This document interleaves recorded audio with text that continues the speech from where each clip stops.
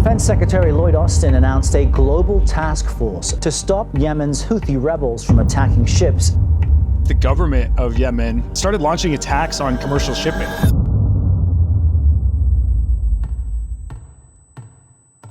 Prices of ocean freight from Asia to Europe are up 3 to 5 times. Go look at photographs of their army. These are not like ragtag rebels. They're fully well-funded military. I think their ambition is to make the Israel-Palestinian conflict spread into a wider sort of regional conflict. One big question is like whether this can be solved with a navy or does it require ground forces?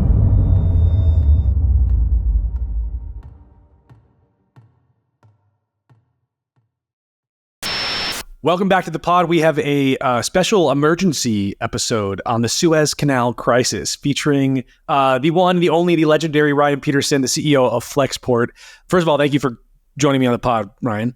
Flexport is a multinational supply chain management and logistics company. And Ryan himself is the former focus of a piece I wrote, Shipposting Gods of Silicon Valley.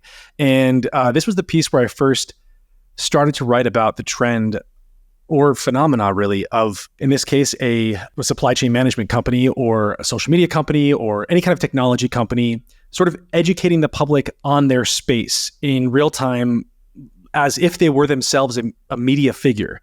And you saw snippets of this historically for a really long time. You would see this, you'd have a business show and the CEO would come on and kind of explain what was going on. But it was really left to the media personalities to discuss any topic that was happening in the world. Now, under social media, the sort of mature social media scale, that's really no longer the case. And I do think that you represent this new thing that exists. You do a great job of it. You're always educating me. And it's your Twitter, not the New York Times, which is how I sort of have been following the Suez Canal crisis. 12% of all global trade goes through the Red Sea, according to the International Chamber of Shipping. And goods entering or exiting the Red Sea have to go through this point right here, the Bab el-Mandeb Strait. It feeds into the Red Sea. It also borders Houthi-controlled territory in Yemen. But perhaps more concerning for global trade, these assaults are jeopardizing passage further north through the Suez Canal. And that is one of the most important global trade pathways, responsible for 30% of all of the world's container trade. What is happening right now in the Red Sea? People might have seen some tweets of yours, some conversation on Twitter. Well, starting in November, but really picking up steam in December, in the middle half of December there, second half of December, it's the government of Yemen. We call them rebels because they're not recognized, but if you go look at photographs of their army, these are not like ragtag rebels. They're fully well-funded military that is in control of most of the state of Yemen. Started launching attacks on commercial shipping. And there've been, the one crazy viral video of that helicopter landing and sort of special forces operatives from the Yemeni military taking over, and they're still holding those sailors hostage. And that was a car carrier. That was like one of the first things. Then they started shooting missiles and hit a few container ships so far. And so now all of the world's container shipping line, almost all, have decided to route around the southern tip of Africa and no longer use the Suez Canal route. It takes 20 to 25% longer to go from Asia, from China, really to Europe. 20 to 25%, depending on where in Europe you're headed and where you're starting. That's a really big deal, not just because of delays, which are annoying and tough for businesses to manage around, but if you take 25% longer, it reduces the throughput. It reduces the capacity of the network. And if, prices are driven by supply and demand. So if you drop the supply of shipping by 20 to 25%, you expect that the price will go way up. And that is what's happened. Prices of ocean freight from Asia to Europe are up 3 to 5 times. Prices from Asia to the US are also way up, about 2.5x for Asia to the East Coast of the United States. And it's even up 50% for Asia to the West Coast, which just shows you how interrelated and interconnected the global shipping markets are, because the Suez Canal is not disrupting a ship from China to the West Coast. But what's happened is that the carriers need more ships to fulfill the capacity for Asia to Europe. So they pull some ships off Asia to the US lines, and next thing you know, you have a capacity crunch. As of Friday, the stock markets were pretty much flat. If there is a chance for this to spiral into a sort of major, I mean, it seems like a crisis already. If it somehow continues on, why do you think markets aren't quite so fearful? Yeah, I don't know, man. The stock market seems to be both much smarter than me and much dumber than me at the same time. I can't figure anything out. I have no idea what's going on in the stock market. Maybe people think it's going to be short term. I don't know. Maybe war is good for business. Hopefully that's not the case, but that's the cynical take. If it's only lasts a couple of weeks, I don't think it's a big deal. But the problem is that there's no reason to.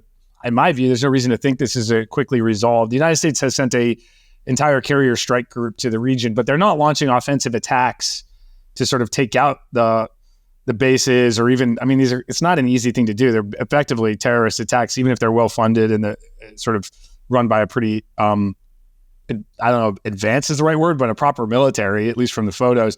But it's not easy to just take these things down, as evidenced by the fact that Saudi Arabia, which is very well funded and was backed by the United States, they were at war. The Saudis were at war with Yemen from 2015 until 2023, until last year. We had like a truce, a ceasefire. And so if they couldn't stop it, I don't know why we suddenly think like we're going to overnight stop it. Right. I've read their forces number something like 200,000. The Houthis or Houthis, I don't know how to pronounce it. I've only read it. What are they? Do you know? What are the... I really don't know how to pronounce it. I'm going with Houthi, but everybody says Houthi. So 200,000. In World War II, Churchill intentionally mispronounced the name of the Nazis on purpose throughout the entire war, so I think it's okay. So the Houthis, 200,000 of these guys, they have taken out the entire Suez Canal. We've now sent our military out there. It's crazy how much disruption to the entire planet such a small group can do. And it touches on something that I talked about with Palmer Luckey on an earlier podcast. As technology advances, it seems to kind of equalize the playing field. And you have the situation where like really small groups of people can oppose massive, even like the most powerful army in the world. It's like guerrilla warfare it seems like easier and easier as time goes on.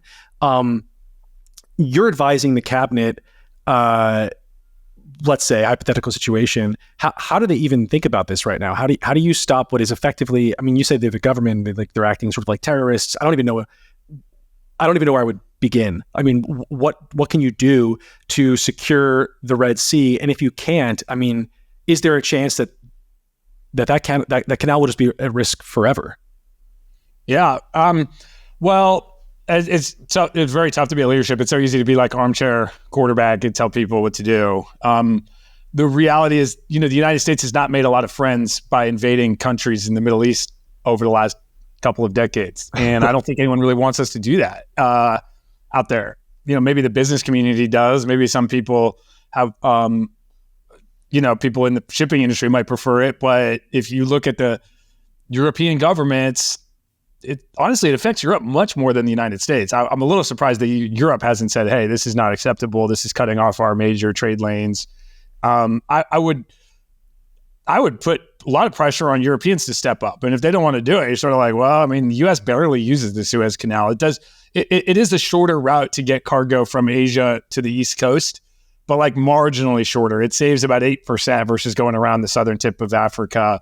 And frankly, if the Panama Canal was working at full speed, it had excess capacity. You could move the cargo from Asia to the East Coast via Panama just as fast. I forget the exact difference in time, but it's comparable. So I would put a lot of pressure on the allies or otherwise in Europe to say, hey, this is kind of your backyard. This is affecting your oil flows. A lot of their energy, most of their energy comes from the Middle East. Their trade goods. If they don't want to step up and defend it, I don't see why.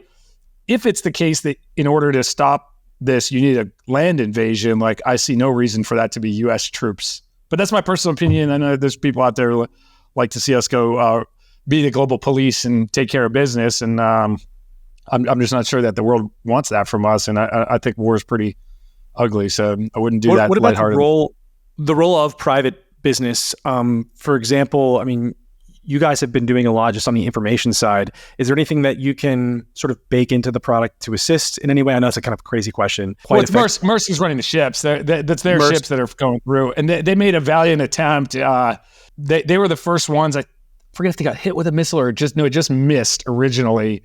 And then they put a lot of pressure on the U.S. to kind of send that carrier group over and secure the seas. The United States had one destroyer there, and now they've sent an entire carrier group. So then the Maersk, after the U.S. deployed major naval assets to the region, then Maersk said, "Hey, we'll give it another go." And then the very next day, they got hit with their ship, the Maersk Hangzhou, got hit with a missile, and they said, "Oops, never mind," and they started going around. So, yeah, it's it's if you run ships, it's kind of a very difficult position to be in. Whether you're going to put people's lives at risk. How do you determine if it's safe? I mean, is it because there's been no missile this week? Is that now it's safe, or is it a month? Right. Or like, how long do you need to know that it's been no missiles? From our perspective, Flexport doesn't operate any ships. We put cargo on other people's ships. So what the best we can do, and it is very valuable, is we've updated our kind of dashboards and our data streams, APIs, the data set that we send to our customers to just make it very clear what the best new estimated transit time is, what's the route that's happening. We've got thousands of containers that have been rerouted around the southern tip of Africa. So just like making it really clear to customers what the new arrival times are, and then just tons of hard work replanning. We've got one customer we've been fighting. I keep hearing about this one customer and talking to them directly myself, but we have 20 containers. A customer of ours makes apparel, and they recently set up manufacturing in Jordan. And so Jordan actually has a small port on the Red Sea in Aqaba, the famous Aqaba where T.E. Lawrence won one of his first battles there in Arabia. So that port, it's on the Red Sea. It has now all the carriers that used to stop there on their way through have basically stopped. And so we're scrambling to figure out, okay, how do we get this 20 containers out of Aqaba right now? Kind of an interesting case study of like the amount of downstream chaos that can fall out of this. So the more that we talk about it, if there's not a workable political solution or a tenable political solution involving the American military, and I mean, maybe there is, but we haven't seen it on the table yet, actual ships seem pretty much incapable of defending themselves. I mean, you can talk about a situation where you're arming them and things like this, but again, given the technological constraints or realities, it's very easy to disrupt for a small, very motivated group of people to disrupt shipping in that area. It does kind of look like what we need is the Panama Canal to be like up and running at full capacity, and that might be the future. That is just like the area is kind of potentially lost to trade. Which, I mean, historically, this has been the trade route forever, right? It's modern history. For thousands of years, yeah. I mean, Caesar Augustus tried to invade Yemen to control that choke point, and right around the turn of the millennia, 2 millennia ago. But these things wax and wane. I mean, I don't think it's forever lost to history. The Suez was closed completely from 1967 until 1975, following the Israel's war with Egypt, or during that war and beyond. It's hard to imagine. I mean, the Suez is so valuable to civilization, and there's so many forces that want it to be open. I mean, even in Asia, like China does not benefit from the ships having to go around. It makes them less attractive as a manufacturing site, and many other countries too. So, even India was like down there. India sent their special forces down and boarded a ship that had been boarded by pirates and cleared it. It's like the Indian Navy stepping up. I think there's a lot of countries that Egypt doesn't want this. Saudi Arabia's got Jeddah, its major port is on the Red Sea, and they're trying to build a new one as part of NEOM, this big fancy new project. They're trying to make that a huge port. That's kind of useless if the Red Sea is not being transited by a third of the world's container ships. So I think Saudi's going to take this very seriously. It's hard for me to imagine that in the long term, a small group is able to cut off maritime access for such an important choke point. But hey, the world doesn't just trend towards progress all the time. Hey guys, thanks for listening to the Pirate Wires pod. Make sure you like, subscribe, comment below, and share this with your friends.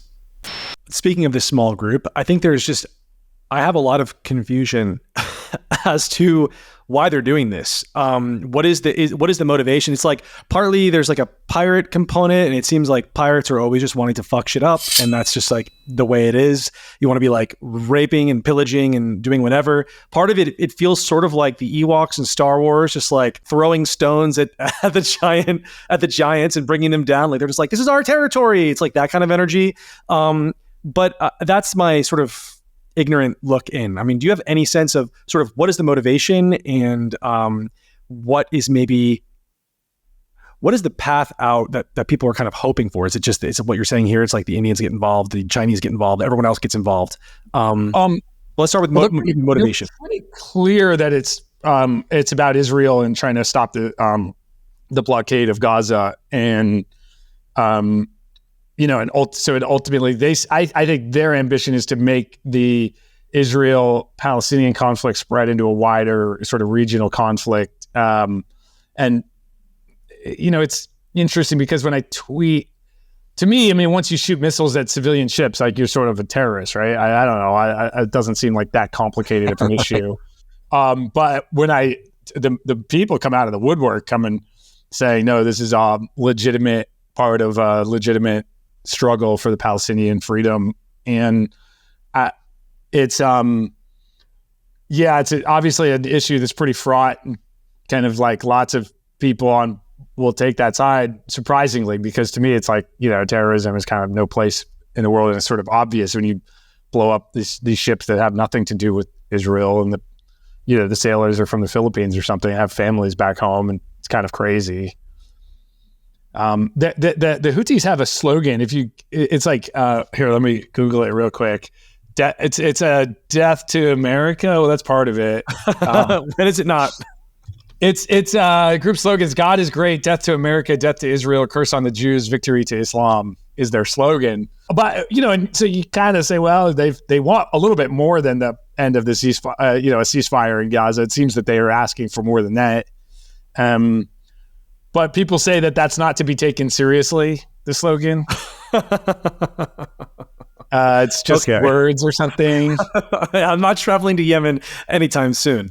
The death to America thing always gets me. Yeah, again and again, this comes up, and we're told it's like, well, this is just, you have to understand the cultural context, right? It's always that's always the suggestion, that if you just back up and contemplate the cultural context, it will all seem less terrifying as an American. Or terrifying is the wrong word. I live safely in America. Alarming, let's say, as an American. Or thought-provoking. I certainly want to double-click and learn a little bit more.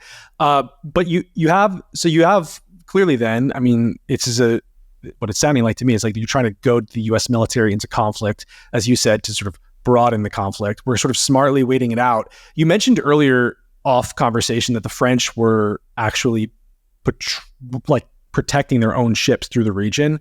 Can you describe that a little bit? And is there a precedent there? Do you see that expanding in practice? Yeah, so the French Navy has been escorting. There's a major French ocean carrier called CMA-CGM, based out of Marseille in southern France, and they're one of the, I think they're the second or third largest container shipping company. They'll be the second largest in the next couple of years with all the new deliveries they've ordered. They're the only one that continue to transit the Red Sea right now, and they are being escorted by the French Navy. And the French Navy said, we're not going to protect other ships, just our own. And yeah, there's absolutely precedent for this. This is the way the world worked until 1945, at the end of World War II, when the United States said, no, we're going to patrol the global navies and allow everybody to ship anything anywhere. Before World War II, it was every man for themselves on the high seas, and sort of colonial powers would protect their own ships and escort them, and you had to have a navy if you wanted to do global trade. And the current era of globalization is led by the American order to say, no, anybody can trade, and we'll just keep the seas open, free from pirates and rebel forces. So it's definitely a really interesting point. You're referring to the Bretton Woods kind of stuff and everything that followed. This is Peter Zeihan writes a lot about this. This is where I first encountered it. And I guess what I mean is that they're precedent for the French sort of circumventing the U.S. You would think that, I mean, this is, if the United States, if the role historically has been of the role of the Navy globally since World War II has been to protect shipping routes, and it's sort of not at this point, or if it is, it's trying. It's like sort of half-handed. Does this alter the relationship in some maybe permanent sense between America and the rest of the world? I mean, if we're not doing this, and that agreement post-World War II feels sort of over. If the French have to now do this themselves, it's like everyone has to do it themselves. That's a new world order completely. Definitely, yeah. It's a new world order if that's what happens. I mean, kudos to the French. At least they're stepping up and doing something. I mean, most of the other world's navies aren't there at all, or aren't capable of being there. And it's really an interesting question. Do the Europeans want us to play that role or not? They don't seem to be, you would think they'd be like, thank you, America, we'll also help you out. Let us send our little frigate or whatever we got down to support. The Danish Navy has sent one, like a frigate. But by and large, you haven't seen a huge amount of other governments stepping up. They haven't wanted to, the way I understand it is that, Operation Prosperity Guardian is what the U.S. Navy is calling this operation. And the other allied nations and navies haven't wanted, even where they, like the French, they're deploying ships to the region, but they don't want them to be under U.S. command. And so they're maintaining their own command and they're coordinating and participating in ways, but they're not saying, hey, we'll just give you the ships and let you run the exercise, which is sort of how World War II went when everybody, let Eisenhower be the supreme commander. I don't know how big of a deal that is, but if they're unable to keep it open, and it's also interesting, like, how are the French able to guarantee the security of these ships while the U.S. can't? Are they secure? Who knows? Well, it's not really clear if the U.S. can or if it won't. I don't know what's going on there. But I want to know, on the trade piece, what are the ways in which this? So you've now, when you're taking so much trade through a given route off of the table, or redirecting it rather, that's going to put pressure elsewhere. What are the ways that trade routes can break down that maybe people are not thinking about, and how would you hope that people work around those issues? Yeah, I mean, there's always these choke points. There's a handful of them in the world. It's sort of, this one is the Suez and the Red Sea, Panama Canal, the Strait of Malacca, which is where Singapore is located, is the other big one. There's ways around, as we see, you go around the tip of Africa. If Panama is actually much tougher because the going around the southern tip of South America is like this. We'll see how this plays out on the Cape of Good Hope as well, but the seas are very, very rough down there, and it's so much further around. And the United States has Antarctica. Yeah, it's like, the Strait of Magellan is no joke. I don't think you just send a container ship through there and everything's fine. So it's much more in America's backyard. The Panama Canal is vital for American economic and national security interests. So I don't think that we would allow that. But hey, there's things like bad engineering or drought or whatever the case may be down there. The world tends to adapt. The global economy is pretty robust. Lots of people making decisions in their own self-interest, find a way, they route around. So higher ocean freight prices at the end of the day, my very rough math, and I need to get smarter on this and find smarter people than me to do the math, but I think the higher ocean freight prices, if they last at these levels in Asia to Europe, will increase the price of consumer goods that are shipped by ocean by 2 or 3%. That's a big deal. But does that destroy the world economy? Probably not. It's a one-time increase. It's not that you get 2% every year forever increase of inflation. It's like a one-time boost, and then from there it'll be the same the year after. So global economy is robust, but I think the lesson from COVID was it's maybe more fragile than we thought. And when you talk about the Panama Canal as, given the Suez is off the table, I mean, we don't really do much there anyway, but there's more pressure now on the Suez and these couple other choke points, as you mentioned. I don't know, my imagination is just kind of going and thought of the world without the Panama Canal for any amount of time, in addition to no access to the Suez Canal. What would that look like? And we don't have to speculate on how it might happen. I think that there are a million ways that it might happen. And I've become interested in general, just in like worst case scenarios, sort of unthinkable scenarios. If you wouldn't mind speculating, what would something like that, lack of access to both of those canals, do to global trade? Well, immediately you'd be back in a situation where all the containers reaching the United States have to come to the West Coast. All the ones coming from Asia, right? And that would be, you'd have those huge bottlenecks. We just couldn't handle the capacity on the West Coast. And then, you try to do rail and truck across the country, but we would break down. We wouldn't be able to keep up. And unlike the last time when this happened during COVID, all the ships were backed up off the coast of Long Beach, that was driven by demand. There was like a 20% increase in container volumes driven by consumers flush with cash and bored at home shopping on the internet. You got to get your adrenaline somehow. If you can't go out to the bar, you just go like, all right, let me buy something on Amazon. You couldn't find a car. It was like, and partly then I was like, oh my God, it's because there's no material. It's like, no. It's because people won't stop buying cars. They're flying off. Yeah, exactly. That was demand led. So that's very different than something that's truly supply led, like a shutdown of the canal. It's something to keep an eye on that I haven't heard much talk about, but at the end of next year, I think it's in September of this year, excuse me, not next year. I always forget. Sorry, 2024. In September, I want to say, the East Coast, the union that represents all the longshoremen on the East Coast, so the port workers, their contract ends in September of 2024. And if they go on strike, you'll effectively experience what life is like without the Panama Canal, because there's no point in using the canal if there's nobody available to unload the ships when they arrive. So that's going to be something to monitor, is whether they can get that negotiation done to a level that satisfies the union. And then the other thing that's happened, I haven't seen the update in a couple of weeks, but I need to go check.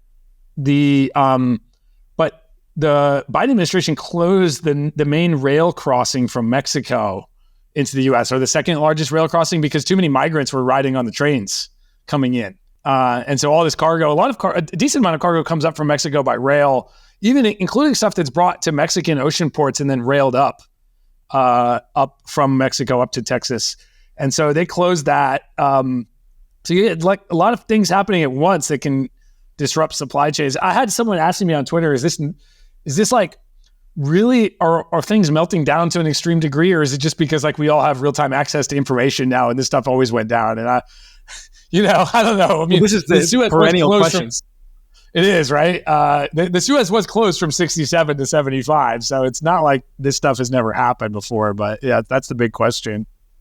This is a question I struggle with in my own writing, because also, in addition to having so much access to information, we're young, right? Like I wasn't around or at least I was not cognizant in even the 90s, let alone the 80s, 70s, 60s, beyond. Like, I wasn't there for that.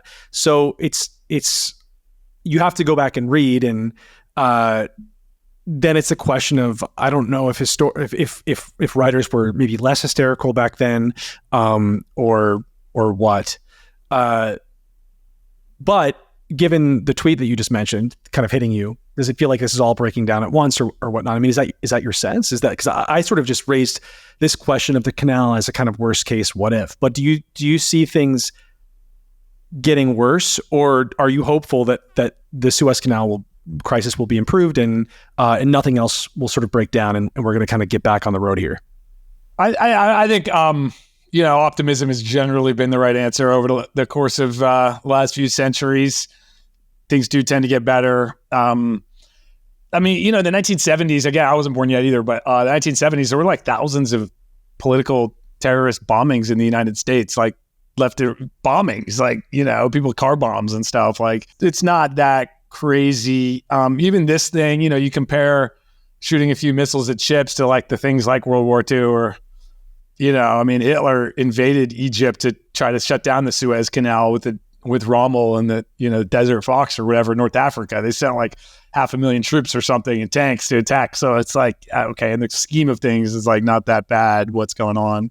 I think on the situation in Yemen, one big question is like whether this can be solved with a navy, or does it require ground forces? Like, that to me is like kind of the big question. Is like, can you solve this with naval and airstrikes, or does it require JSOC, the U.S. Special Forces, or full-on infantry invasion, amphibious invasion or can Saudi Arabia invade and put an end to it?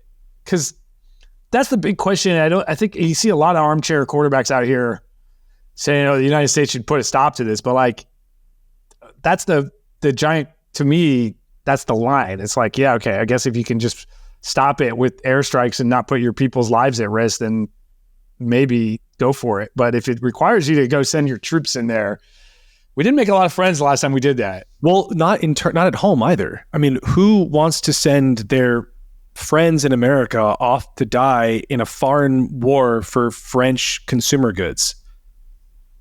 Nobody. Like, that's over. That whole paradigm it seems quite over to me.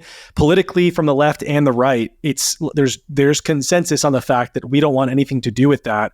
And if we don't, then it's, as you mentioned, good on the French for protecting their own ships. It does seem increasingly like that is the reality moving forward. And, it's like, if you want to be trading goods, you have to be able to protect your own ships. And if that is the future, then that's a very, very, very different world. And I don't think people appreciate how different that world is than even 10 years ago, right? Like, this has all changed really rapidly. And it's just like Peter Zeihan just constantly being right. Yes. And he made a lot of other predictions out there. So I was like, oh, maybe I should go back and take some of these other predictions. You know what else he predicted?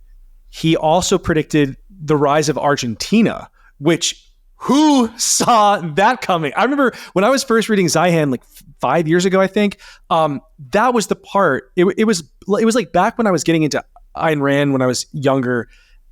The fact that she was a chain smoker really confused me. It was like, she's such a rationalist and that she's chain smoking. And it was like this weird, confusing point that made me question all of her work.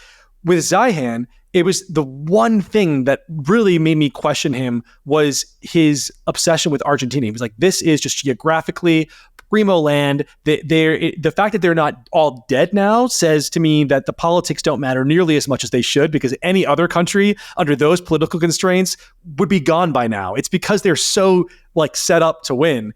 And now we see, I don't want to say we see the rise of Argentina. I don't want to get too hyperbolic here, but it does seem like Argentina's politics are changing very, very fast in a very, very pro-market direction. And I'm very intrigued to see where that goes. I think it could be yet another giant W for Peter Zeihan. It's a little early. It's a little early for that prediction. We had one election. Let's see how it plays out. But yeah, it's you got to listen more. I mean, the guy's just been right about a lot of stuff. And he did leave kind of I can't say I agree with his view, because he's sort of a zero sum. If as long as America comes out ahead, then we win. But if we're ahead of everybody else and everybody's worse off, including us, that doesn't seem like a W for me. So I personally believe that, like, global prosperity and free trade and everybody, commerce flowing smoothly is good for the U.S. and we should be willing to defend it. But if the people who benefit even more than us aren't willing to defend it, then I see no reason to step up. Right. Well, there are two questions just there. And when we say defend it, what you're referring to is this system in which our Navy protects the trade routes and all trade. And that's like a major aspect of war. But it doesn't seem like most people really even think about that at all. They don't think of that as this important feature of the American-led world. And so it's kind of atrophied. Over time, people kind of forgot why it was in place. They forgot why the American hegemony was important and the purpose it served. It's gone. I think it's like there is a chance that people don't remember until it's too late. And at that point, we'll all be sort of stuck back at home again. Zeihan talks a lot about internal trade routes. But again, I mean, I agree with you. It seems like a world without global or with less global trade would be way worse. You want a more wealthy, abundant world that is more interconnected, where people can work together and collaborate and spin up new ideas and build new things. I get all of that.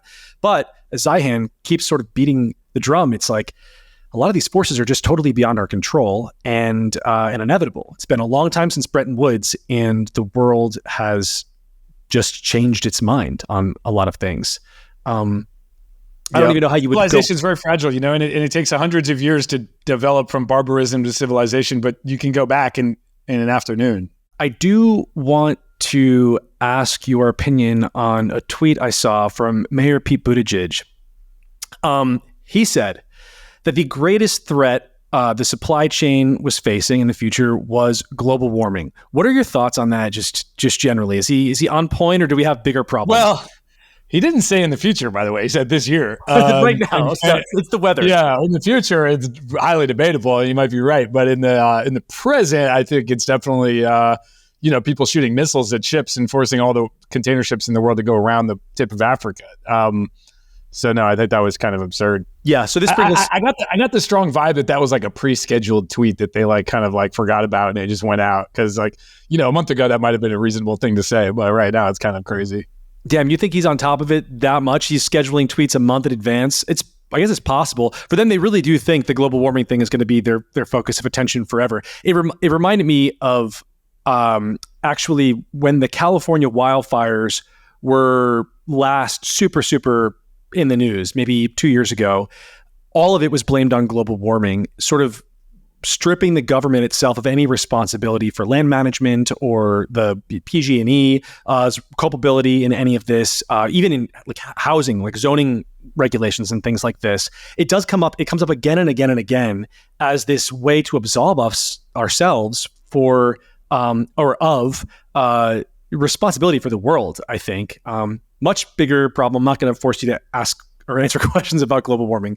But I do want to talk about this, about shipping containers being attacked by terrorists. Actually, on the global warming topic, there's something really interesting that I think has gone very under investigated, which is they're blaming the Panama Canal. You know, we talk about the Suez, and we're going to get into that about the missiles hitting ships in the southern Red Sea, but it's blocking the Suez. But at the same time, right now, the Panama Canal is only operating at 2/3 capacity. And anytime you read an article about this, you're going to say, oh, it's because of the drought. And then they'll immediately tie it to global warming. But what someone needs to dig deeper into this, but I'll stir up some conspiracy theories here or some, is that, in fact, you know, it's a couple of years ago, they expanded the Panama Canal. And the Panama Canal runs on fresh water. The Suez Canal is level. It just connects the Mediterranean Sea to the Red Sea. There's no locks. But the Panama Canal runs on fresh water, meaning there's locks as you go up and they have to replenish. And so they allow the fresh water to flow out. And when they expanded it, you know, within a couple of years, there's not enough fresh water left. Well, what happens when you make a channel wider is that the fresh water flows out much faster and there wasn't enough fresh water. I don't know if it's really a drought. I haven't done the research, so hopefully we get some Pirate Wires fans out here to go dig deep into this and to see if there's anything to it. Right. It's this. I mean, what it sounds like is another state capacity problem. It's this issue where I wouldn't say basic because I'm not a structural engineer, but there was a class of engineer who used to exist who could manage problems like this without failing catastrophically at every turn, which is, I mean, I don't know. I would say like a high level trend facing the world that is really alarming. It's just our inability to do stuff. Well, thank you for joining me, sir. It has been absolutely real as ever. Stoked to see you online fighting the pirates. And congrats on all your awesome shit you're doing at Flexport. You've really, really been killing it. It's been awesome to watch. Thanks again for joining, and catch you guys here this week on Friday. Later.